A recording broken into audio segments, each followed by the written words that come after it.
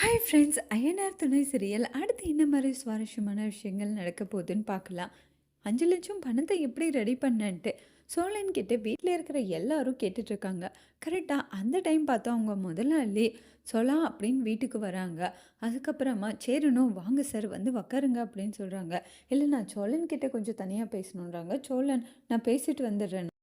அவங்க முதலாளிய கூட்டிட்டு வெளிய போறாங்க. அவங்களோட முதலாளி கடையில வச்ச ரூ. 5,00,000 பணத்த காணோம்டா. அதனால தான் உன்ன கேட்க வந்தேன். கடையில பணம் இல்லன்னா என்ன கேட்க வருவியாண்ணா நீ? அப்படின்னு நல்லவங்க மாரி நடிக்கிறாங்க சோழன். என்னடா இப்படி சொல்லிட்ட? நான் நீ தானே பணம் கேட்ட எடுத்திருப்பியோன்னு நெனச்சு கேட்டேன்டா.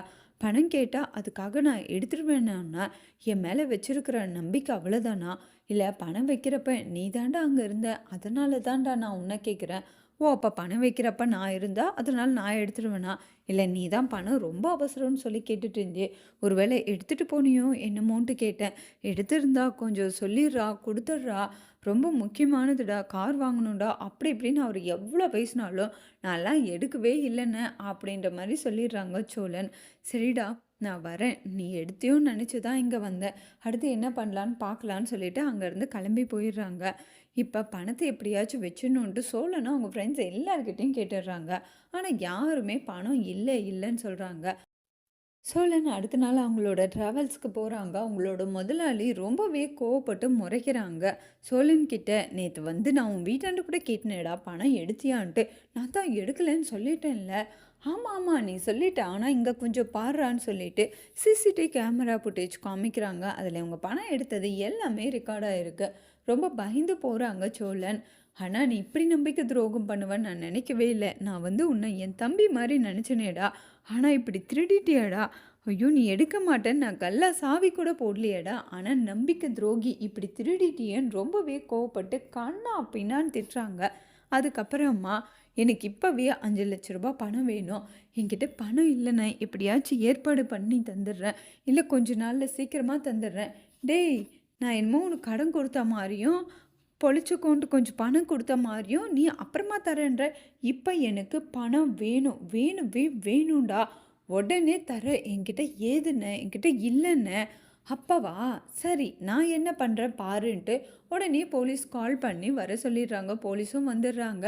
இவன் என் பணத்தை திருடிட்டான். எனக்கு இவன்கிட்ட இந்த பணம் 5,00,000 வாங்கித்தாங்க.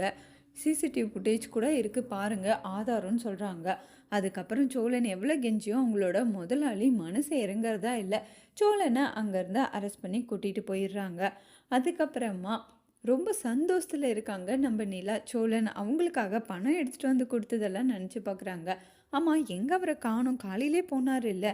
தெரியலம்மா ஏதோ வேலை இருக்குன்னு போனான். ஆனால் அவன் முன்ன மாதிரி இல்லை, ரொம்பவே பொறுப்பாயிட்டான்ட்டு சேரன் ஒரு பக்கம் ரொம்ப பெருமையாக அவங்க தம்பியை பற்றி சொல்கிறாங்க. அப்போ பார்த்து ஒரு ஃபோன் வருது சேரனுக்கு.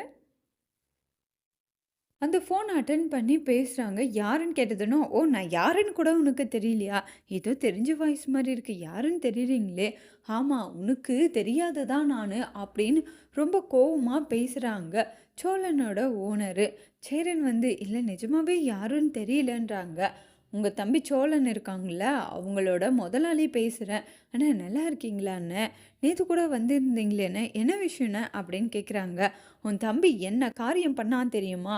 ஒரு டைம் போயிட்டு வெளியூரில் ஒரு பிக்கப் இருக்கு கூட்டிகிட்டு வாடான்னா அந்த பொண்ணவே கல்யாணம் பண்ணி கூட்டிகிட்டு வந்து அவங்க அப்பா என் ட்ராவல்ஸே அடித்து நொறுக்குவேன்னு பிரச்சனை பண்ணான்.